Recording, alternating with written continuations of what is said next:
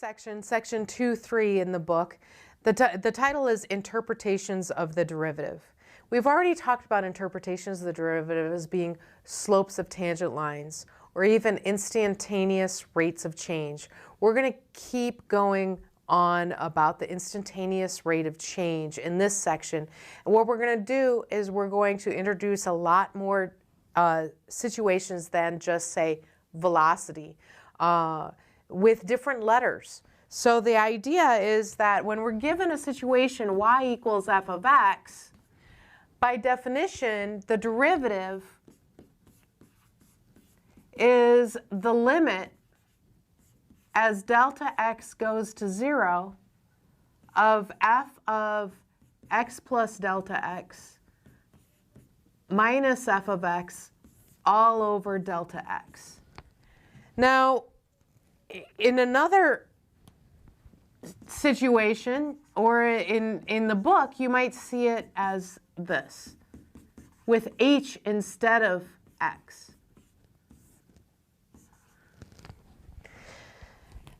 And they both mean the same thing, but in a lot of cases, this is a little more descriptive.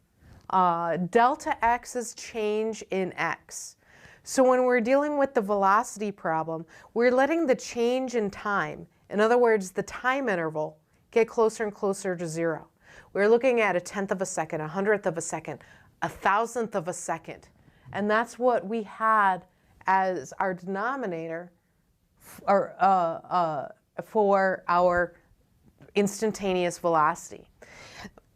One thing to keep in mind that both of these, whether I'm looking at this definition or this definition, so I guess I'll circle on both, the fancy name for this is the difference quotient. And this is measuring the change in y's over the change in x's when we have y equals f of x. And the difference quotient measures this. This is an average rate of change. As you let that change in x get closer and closer to 0, it becomes the average rates of change get closer and closer to an instantaneous rate of change, the derivative. And so there are situations where we may need to approximate our derivative on these average rates of changes, or vice versa. The derivative can help us understand what our average rate of change.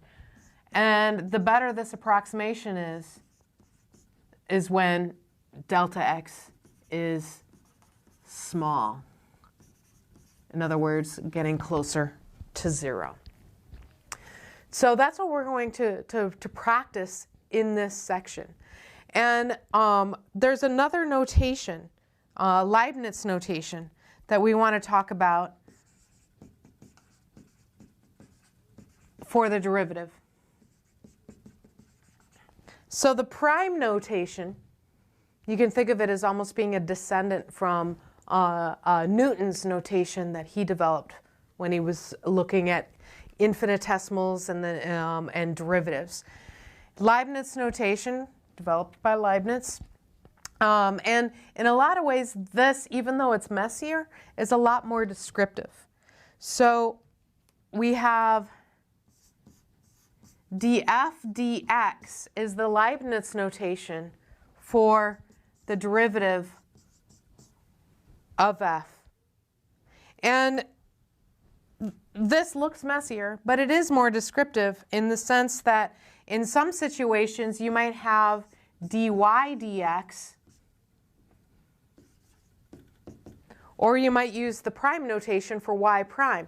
Now this doesn't tell you what you're using as your variable, while this does. And what this reminds us of for both of these situations is you're looking at changes in the y values, or the changes in the values of your function over the changes in your x. And that can help us remember what this is.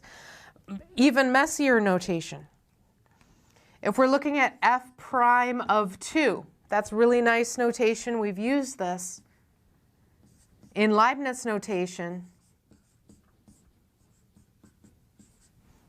We would be looking at the derivative of f with respect to x, df dx, and then we would plug in x equals 2. And again, this is very useful, especially when you have lots of different letters.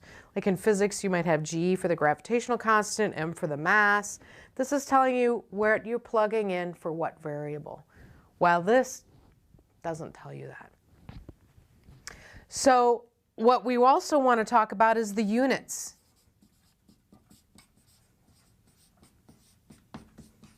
For f prime of x.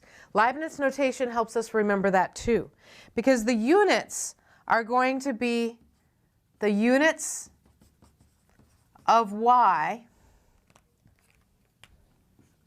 per units of x. Or you might actually write it as a fraction. Units of y over units of x.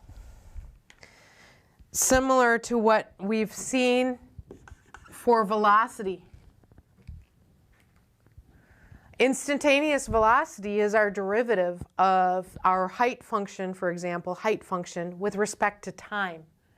And if our height is measured in meters and our time is measured in seconds, the units for the velocity is meters per second, which sometimes can be written with a fraction symbol, division symbol, and you might even still pronounce it with the per. And sometimes you might write the per. And so that's what we'll be practicing in the next several examples.